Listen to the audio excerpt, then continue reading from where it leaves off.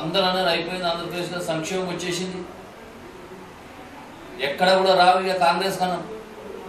కానీ నో, తిన్న ప్రజలు మర్చిపోలేదు. వాడుకున్నారు, కాంగ్రెస్ ప్రభుత్వం నుంచి వచ్చిన స్కీమ్స్ వాడుకున్న ప్రజలు మర్చిపోలేదు. అందరు పార్టీ అప్పుడు ఉన్న పార్టీకి నిలబడ్డ సర్పంచ్లను కూడా గెలిపించి, పిఎస్సీ చైర్మన్లను కూడా గెలిపించారు అత్యధికంగా. సంక్షేమం ఉన్నది నేను అనుకుంటలేను. నా కారణంగా నేను ఇన్ని పనులు చేసిన. రేపు పొద్దుగాల నాకు అడగనిక వాయిస్ ఉంది. నేను ఎన్నడూ లేని స్వాతంత్రం వచ్చినప్పటి నుంచి జరిగిన పనులని చేసిన. ఈరోజు నాకు అభివృద్ధి ముఖ్యం. ఆ విధంగా చేసిన. ఆ విధంగా చేసినప్పుడు రేపు పొద్దుగాల తెలంగాణ కూడా తెచ్చినాం నేనే. కాంగ్రెస్ పార్టీ తరఫున మేము తెలంగాణ తెచ్చినాం.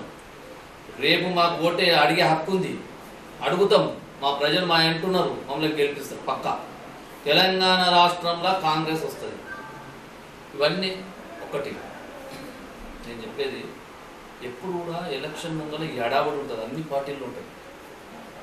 దాన్ని మనం ఓడగొట్టుకుంటాం అనేది మర్చిపోవాలి. టికెట్ వచ్చి ఒక్కటే గుర్తు పెట్టుకోవాలి, టికెట్ ఎంబడి మనిషి పోవాలి, మనిషి ఎంబడి టికెట్ పోవాలి. ఎవడైతే నా ఎంబడి టికెట్ రావాలనుకుంటాడో వాడే మిగిలిపోతాడు తప్పించి పార్టీకి ఇబ్బంది ఉంటుంది. నేను అనేది ఈ ఇబ్బందులు అన్ని కాన్స్టిట్యున్సీలు ఉంటాయి. 294 కాన్స్టిట్యున్సీలు ఉంటుంది ఎలక్షన్ మూమెంట్లో. ఇప్పుడు 4.5 ఏళ్ల నుంచి అందరం అనుకుని ఉంటారు. ఎందుకంటే అయిపోయింది, ఎలక్షన్ అయిపోయింది, ఏదో విధంగా ప్రభుత్వంలో పనిచేయించుకోవాలని ఆలోచిస్తుంది. ఎలక్షన్ హడావిడి వచ్చేసింది, అందరు లోపల ఉన్న శక్తులన్నీ వచ్చేస్తాయి. నాకు కూడా ప్రతి ఒక్కరికి ఆశ అనేది ఉంటుంది, అడగాలి. నాకు టికెట్ ఇప్పుడు అడగకపోతే ఇంకెప్పుడు అడుగుతుంది, మళ్ళీ 5 ఏళ్ళు పోతుంది. అడుక్కోవాలి, తప్పు లేదన్నా, అడగడంలో తప్పు లేదు. 40 మంది అడగండి, పార్టీ గ్రహిస్తుంది. ఎవరికి ఇస్తే వాని ఎమ్మడి ఉంటాం, వాడిని గెలిపిస్తాం తప్పించి ఎవడు పక్కకోడు ఎంత పెద్దోడు పోయినా కూడా వాడే మిగిలిపోతాడు. పార్టీలకి ఎవడైనా పోతే వాడే మిగిలిపోతాడు. నా ఎంబడి ఓట్లు ఉన్నాయనుకుంటే నేను మిగిలిపోతాను. పార్టీ ఎంబడి ఉంటే ఓటు నా ఎంబడి ఉంటుంది. నా ఎంబడి 5%, 2% ఏముంటుంది.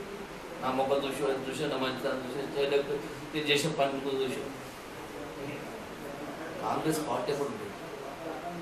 ఈరోజు కూడా గ్రామీణంలో ఉన్న పెద్ద మనుషులు అందరూ కూడా కాంగ్రెస్ పార్టీ కూడా ఉన్నారు, పెద్దలంతా కూడా.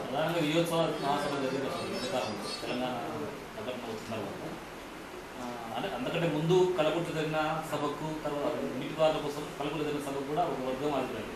మహబూబ్నగర్లో జరిగిన తెలంగాణ విజయోత్సవ సభ, తర్వాత సోనియా గాంధీకి అభినందన సభ కూడా ఒక వర్గం వాళ్ళు స్పష్టంగా హాజరు.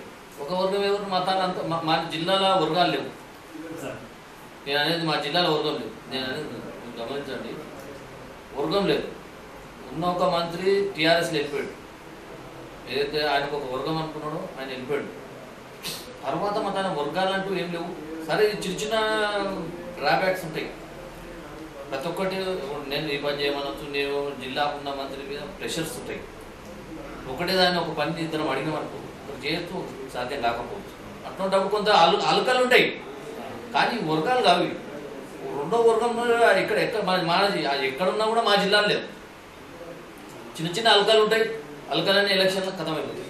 అందరం తోలుకొచ్చుకుంటాం, అందరినీ పని చేయించుకుంటాం, పార్టీని తెచ్చుకుంటాం, ప్రభుత్వాన్ని తెచ్చుకుంటాం. ఇప్పుడు నా దాన్నా కూడా 4 అడుగుతున్నాం టికెట్. నేను కాదట్లేదు, అడుకోమంటున్నా. అవకాశం వచ్చింది, అడుగుండి మీరు తెచ్చుకుంటే మేమందరం ఎంబడి పని చేస్తున్నాం, పార్టీ ఎంబడి చేస్తున్నాం.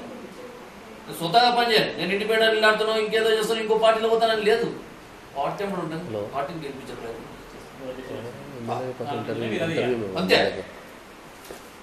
పార్టీ ప్రేమలో పని చేస్తాను.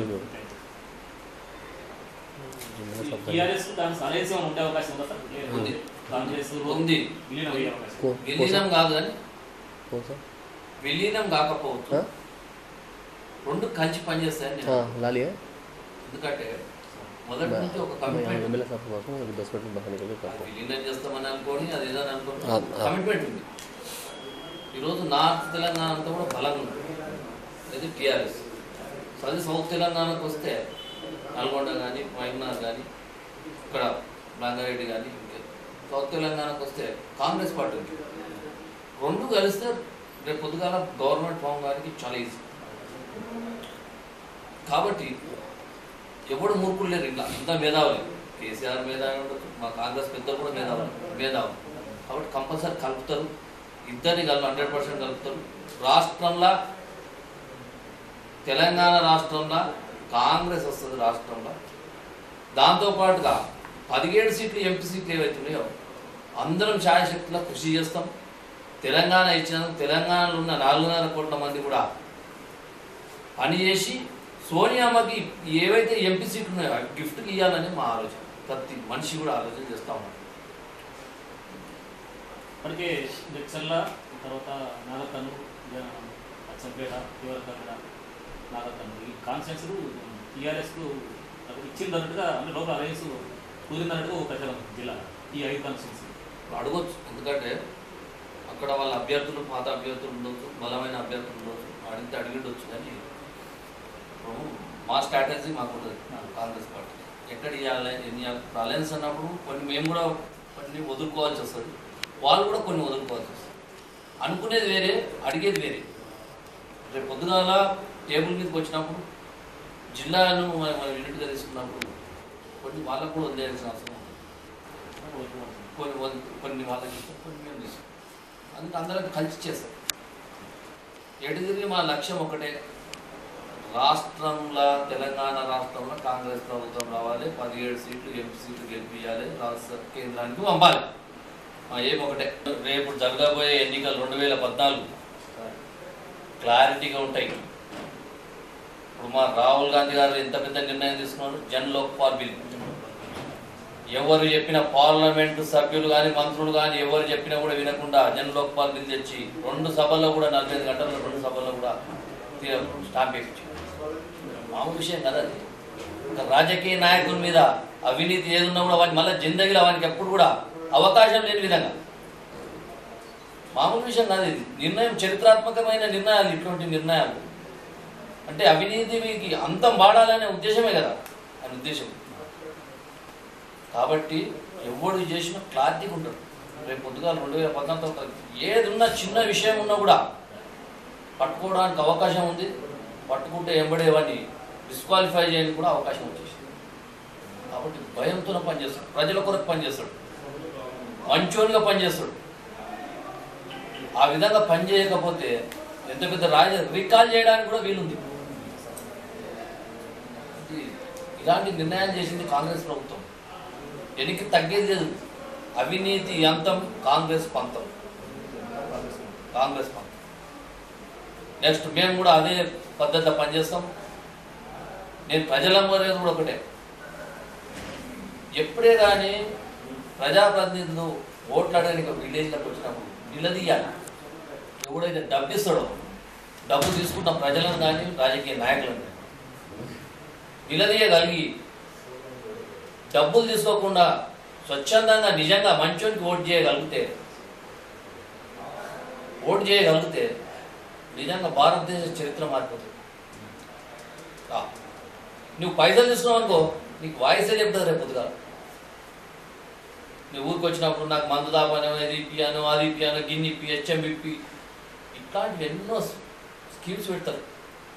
నువ్వు అది బంద్ చేసేసి నిజమైన నాయకుడు ఎవడు, నిజంగా పని చేస్తావు వాడిని నిలబెట్టి అడుగు, నాకు ఈ పని చేస్తావా, చేసేటట్టుంటే నీకు ఉచితంగా ఓటేస్తా, నాకు 5 ఏళ్ళు నా గ్రామంలో అభివృద్ధి కొరకు పని చేయి, నీకు వేస్తావు. అదే మాట తీసుకో, అదే మాట మీద వాడిని ఓటేయి, అదే మాట మీద గెలిపి, అదే మాట మీద నీకు పని తీసుకో. ఈ విధంగా ఉండాలి. వస్తుంది. 65 సంవత్సరాలకి ఈ రోజుకి ఎంత మార్పు వచ్చేసింది. ఎన్నడన్నా మంత్రి కాదు కదా, ఒక ఎమ్మెల్యే కూడా జైలుకొని పరిస్థితి ఉండే. ఇవాళ ఎంత పెద్దోడైనా కూడా ఇలా ముఖ్యమంత్రి కాదు, ప్రైమ్ మినిస్టర్ పోయే పరిస్థితికి వచ్చేస్తుంది రేపు పొద్దుగా. అది కాంగ్రెస్ ప్రభుత్వం ఉన్న చరిత్ర. ఒక్కసారి ఈ ప్రభుత్వంలో అవినీతి పనులను జైలు తోలిచ్చిందంటే ఏ ఉన్నాడు, తన సొంత పార్టీ ఉన్నాడు, బయట పార్టీ ఉన్నాడు, అలయన్స్లో ఎవడున్నా సరే అందరిని తోలిచ్చిందంటే పెద్ద నిర్ణయం అది. దాన్ని ఆదర్శంగా తీసుకుంటారు. రేపు ఏ పార్టీ వచ్చినా కూడా దాన్ని అమలు చేస్తాయి. దీర్ఘకాల లక్ష్యం ఒకటే ఉంది, నా ప్రాంతానికి సాగునీరు తాగునీరు ఇవ్వాలన్నది నా ముఖ్య లక్ష్యం. ఇప్పుడు ఏదైతే పాలమూరు ఎత్తిపోతల పథకం ఉందో, ఈరోజు 6,95,00,000 రూపాయలు విడుదల చేసింది మన ప్రభుత్వం, కాంగ్రెస్ ప్రభుత్వం. ఏ సర్వే కొరకు 95 లక్షలు. ఆ ప్రాజెక్టు మొట్టమొదటి తెలంగాణలో ఫస్ట్ ప్రాజెక్టుగా దాన్ని తీసుకొని దాన్ని ఇంప్లిమెంటేషన్ చేస్తే 10 లక్షల ఎకరాలకు నీళ్ళు వస్తాయి. అన్ని గ్రామాలకు 34 మండలాల గ్రామాలకు తాగునీరు వస్తుంది. దాంతో పాటుగా నల్గొండ 2 మండలాలు, 18 మండలాలు రంగారెడ్డి జిల్లా, ఇన్ని మండలాలకు గ్రావిటీ ధర అవుతుంది. మొట్టమొదటి ప్రాజెక్టుగా తీసుకోమని చెప్తా ఉన్నాం, రేపు కూడా చెప్తాం. కింద నా చెరువులు కుంటలు అన్నీ నింపుకుంటాం, భూగర్భ జలాల లెవెల్స్ పెంచుకుంటాం, ప్రతి గ్రామానికి మంచినీరు ఇచ్చే ప్రయత్నం చేస్తాం. నా మొదటి లక్ష్యం. రెండో లక్ష్యం విద్య మీదే. విద్యతోనే అన్ని సాధ్యం. విద్యను ఏ విధంగా చేయాలన్నది మొత్తం మార్పులు తీసుకొస్తాం. తెలంగాణ గవర్నమెంట్లో మా చేతనైన మా మైండ్లో ఉన్న అన్ని కూడా గవర్నమెంట్ ఏ గవర్నమెంట్ అని ఉండదు, ఆ గవర్నమెంట్ మా దాని ఒక రిప్రజెంటేషన్ ఇస్తాం. ఈ విధమైన విద్యను తీయాలి, మంచి విద్యను ఇచ్చే ప్రయత్నం చేస్తాం. ప్రతి పిల్లవాడు చదువుకునే దిశగా ఆలోచన చేస్తాం, దాన్ని పర్ఫెక్షన్ చేస్తాం. చివరిగా సార్, మీరు ప్రజలకు కానీ యువకులకు కానీ మీరు ఇచ్చే సందేశం ఏంటి? పిలిపేంటి? రేపు ఎన్నికలు కావచ్చు, లేకపోతే కొన్ని ఈ మధ్యకాలం జరుగుతున్న అసాంఘిక కార్యక్రమాలు జరుగుతుంది, వాళ్ళ పైన మీరు ఇట్లా ఉండొద్దని, లేకపోతే పైన స్పందించాలని మీరు ఇస్తున్న సూచన. రేపటి భవిష్యత్ అంతా యువతదే. రేపు ఏ కార్యక్రమం నిర్వహించినా యువతనే నిర్వహించాలి. ఎందుకంటే వాళ్ళు క్లారిటీగా తెల్ల పేపర్ లాకుండా వాళ్ళు చేయగలిగితే అంటే అన్ని మంచి పనులు కూడా చేయగలుగుతారు. రేపు పొద్దుగాల యువత అనుకుంటే స్వచ్ఛమైన పాలన, రాజకీయంలోకి వచ్చి స్వచ్ఛమైన పాలన చేయొచ్చు. ఈ అవినీతిని మొట్టమొదటిగా అంతం చేయొచ్చు. యువతతోనే అంతమవుతుంది. నేను యువతను కోరేది ఒకటే, మొట్టమొదటిగా విద్య మీద మీ మొదటి కాన్సన్ట్రేట్ చేయాలి. రెండవది మంచి క్వాలిటీ గల రాజకీయ నాయకులుగా రావాలి. మూడవది అవినీతిని అంతం చేయాలి. ఇవి మన పట్టి పీడిస్తున్న క్యాన్సర్ లాంటిది. ఇవి మనము సమూలంగా నాశనం చేస్తే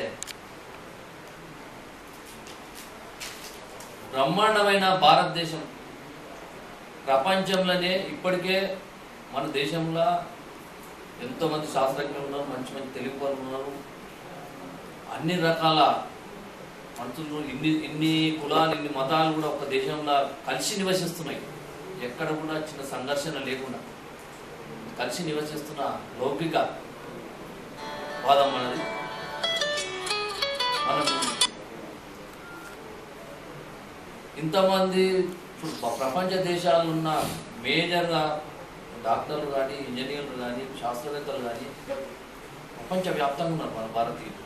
మనకి ఇక్కడ కొంత ఆదరణ లేకపోవచ్చు, వాళ్ళు సరిపడ్డంత మనము సహకరించకపోవచ్చు, ప్రపంచవ్యాప్తంగా. కానీ మనం ఎక్కడ పోవాల్సిన అవసరం. రేపు పొద్దుగాల ఇవి మన యువత ఈ బాధ్యతను చేపట్టి చేస్తే అవినీతిని అంతం చేసేసి మంచి విద్యను తీసుకుంటే, క్వాలిటీ విద్య తీసుకోగలిగితే అన్నింటినీ సాధ్యం చేసుకోవచ్చు. ఎవడు సంక్షేమ పథకం అడగడండి, ఎవడు అడగడు. విద్య ఇచ్చేసేది ప్రతి ఒక్కటి. సంక్షేమ పథకానికి నీకు వచ్చి లైన్ నీకు కిలో బియ్యం తీసుకోపెట్టోడు ఉండండి. కార్డు ఇస్తాంటే నాకు వద్దులా, నా మంచి చదువుకున్నా.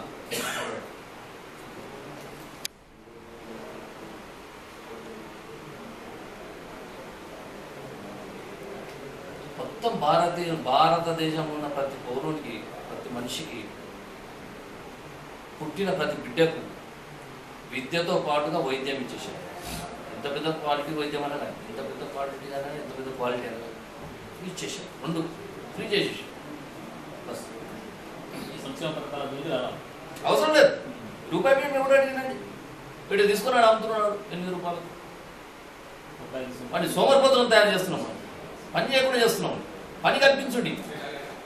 పని కల్పించి వాని ద్వారా ఎప్పుడే కానీ మన శ్రమను దాచిపెట్టుకుంటే, దాగి పెడితే ఆర్థికంగా దేశం బలహీనపడుతుంది. మన శ్రమను వెలికి తీయాలి.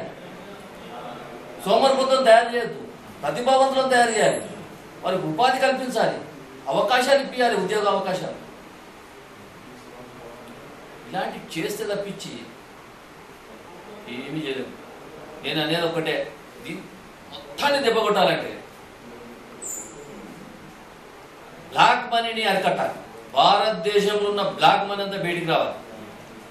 దానికి ఒకటే మార్గం, ప్లాస్టిక్ కరెన్సీని తీసుకురావాలి. ఎవడు దాచిపెట్టుకోలేకుండా ఏ పైసా అయినా బ్యాంకు ద్వారానే ట్రాన్సాక్షన్ జరపమని చెప్పండి. ఎందుకు చూస్తాను? నీకు మళ్ళీ 100 రూపాయల కన్నా పెద్ద నోటు ఉండొద్దు. ఇక మొత్తం నోట్, పెద్ద నోట్లు, పెద్ద కరెన్సీ అంతా తీసిపారే, అవసరం లేదు. ఇక మనకి ఎందుకు ప్లాస్టిక్ కార్డు ఉంటుంది, డెబిట్ ఆర్ క్రెడిట్ కార్డు, 2 కార్డులు నువ్వు వాడేది అంతే. ఎక్కడ నువ్వు ఆ సిస్టమ్ వచ్చినాక చిన్న హోటల్లో ఓ డబ్బా కాడికెళ్ళి అదే ఉంటుంది, పాండబ్బల కాడికెళ్ళి కూడా నీకు ఎక్కడ ఇమీడియట్గా నీకు నీ అకౌంట్ వచ్చేస్తుంది, నీ జీతం వచ్చేస్తుంది, నీ ఖర్చు వచ్చేస్తుంది. నీకు డబ్బుతోనే పని ఏముంది? దానితోనే సర్చ్ చేయొచ్చు. ఏ ట్యాక్స్ అవసరం లేదండి, ఇన్కమ్ ట్యాక్స్ కట్టాడు, భారతదేశం సమూలంగా మార్చేయచ్చు.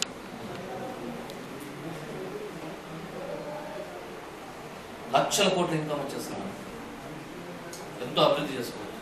ఎందుకండి ఈ కొంతమంది 10% వాళ్ళు తన మునుగుతున్నది డబ్బంతా.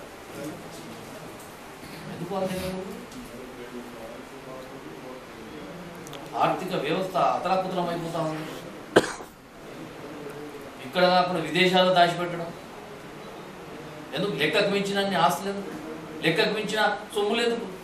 అంటే లెక్కకు మించిన కరెన్సీ ఎందుకు ఉంది? తన దేశం కొరకు తీసే బేటింది. అట్లాంటి పాలన రావాలి. ప్రజలు నమ్మిరు అక్కడ ఢిల్లీలో, ప్రజలు నమ్మి వీళ్ళు చెప్పిన మాటలకు బట్టి ఏదో చేస్తారనే ఉద్దేశంతో ఓటు చేసినారు ఆమ్ ఆద్మీ పార్టీ. చేయగలిగితే ఇంకో పీరియడ్కైనా కూడా చాలా మార్పు వస్తుంది. ఎంపీలు వచ్చేస్తారు, పార్లమెంట్లోకి ఎంపీలు వచ్చేస్తారు. అప్పుడు ఎంచుకునేటప్పుడే వాని చరిత్ర చూసి ఎంచుకోవాలి. మనం ఇక్కడ